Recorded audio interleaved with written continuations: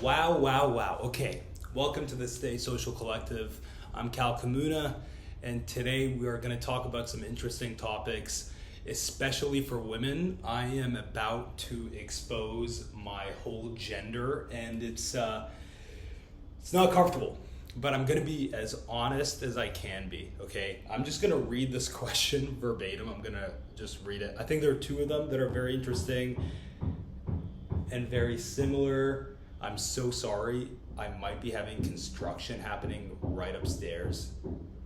And if that's the case, I might have to re-record this. We'll see. Okay, so the first question is, why men F like they love you and then be emotional douchebags?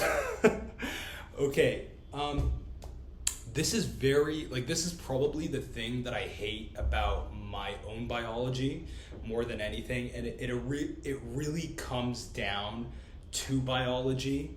I know we want to point at people, at gender, and think, okay, that person sucks, they all suck.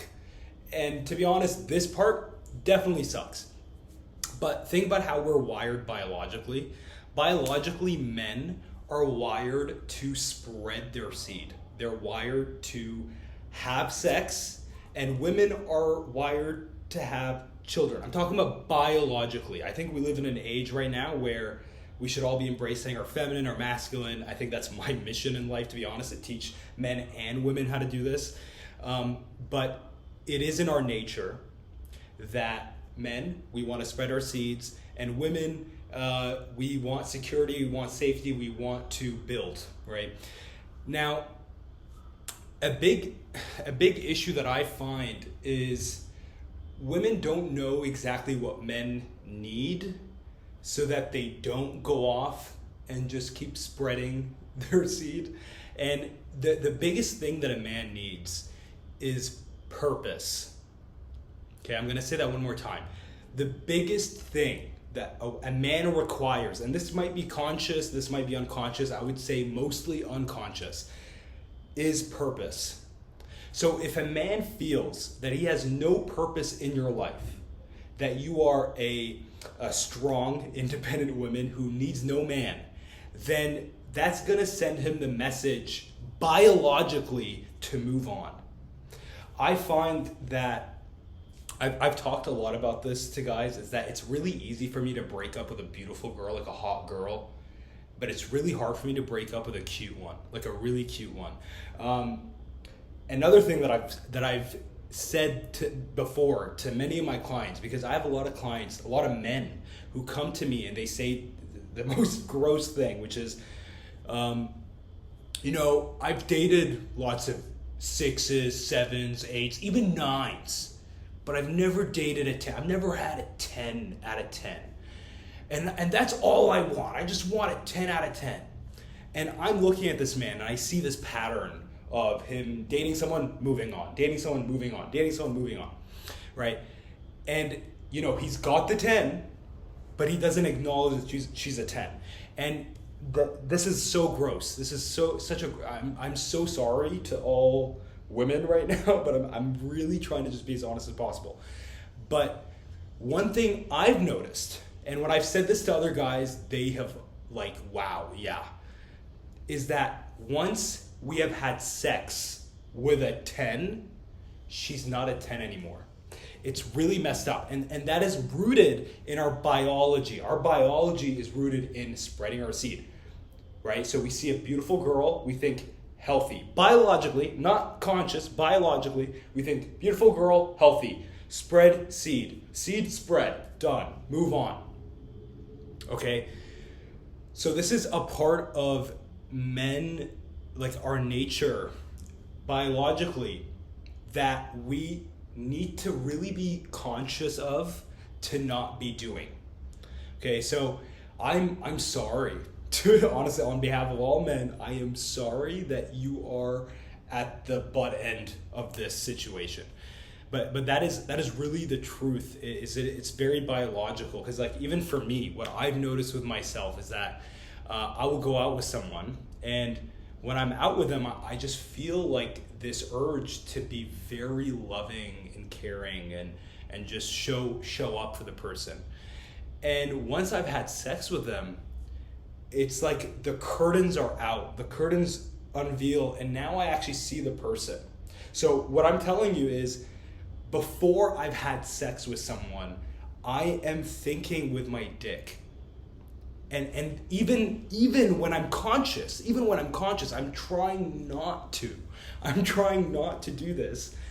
But for some reason, the blood is flowing in that direction and I cannot see very well. It's like I have rose-colored glasses, everything is red. So I can't tell what I like, what I don't like, because that's just the biology. That's where my head is going, the tunnel vision that men have.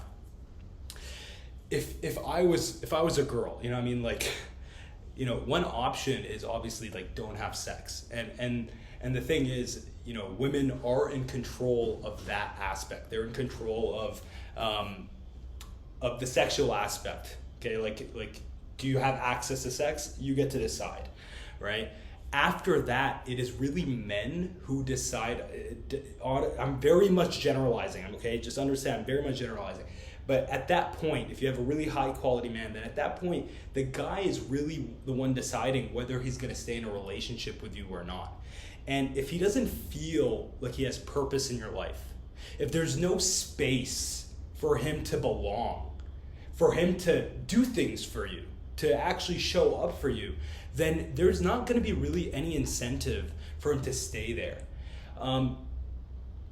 That's a huge one. And I was gonna say, like, you have an option of just like not having sex with someone, and I've tried that. Like, one thing that I've tried is, okay, like on the first date, I'm not gonna have sex with her, because once she leaves, I have like I can think more and see if I actually like her.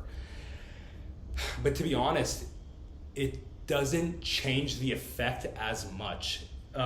What I find for myself is when I have sex with someone, then that part of my energy where the blood is flowing the wrong direction is kind of mitigated. It's slowing down, and now I can see the real person. And at that point, if I don't feel like I can have a purpose in her life, that we're compatible, all these little things, then I will leave. I will not find it beneficial for me to stay in that relationship. And compatibility, by the way, is very, very complicated. Like when I teach this stuff, it's like we have to go into every little detail. A lot of people only think deep, and some people only think shallow, and we need to swim in the whole pool. Okay, again, I'm so sorry that men suck.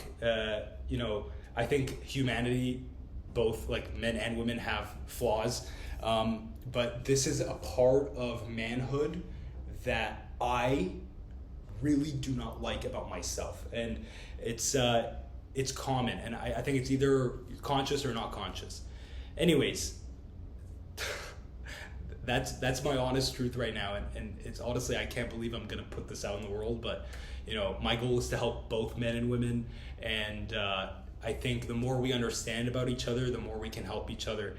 The biggest message I would say is try to create some feeling of purpose, some feeling that you actually need them. And if you can't do that and you're stuck in this, I'm independent, I don't need anything, then you are honestly binding yourself to the situation. And also, just because you are acting right doesn't mean that all men are gonna be good, like all the men that, so qualifying the men that you're dating is huge. Men, I find I need to teach them how to get women to like them, and then how to qualify. Women, honestly, no matter what you look like, you could be in a position of abundance, and if you can't qualify men, you are putting yourself in very dangerous situations emotionally and physically. Okay, so my heart's with you. I love you, and I'm so sorry. And you know, comment below if you have some things you want to say to me. If you have any more questions, leave them in the comments or on Instagram at the Stay Social Collective. And yeah, just, you know, there are good people out there. There are good men. There are lots of good men, I promise you. And there's a lot of good women. You just need to stay conscious, and you need to stay social, You need to get better, not bitter. Okay? Love you guys. Love you girls. Ciao, ciao, ciao. Okay?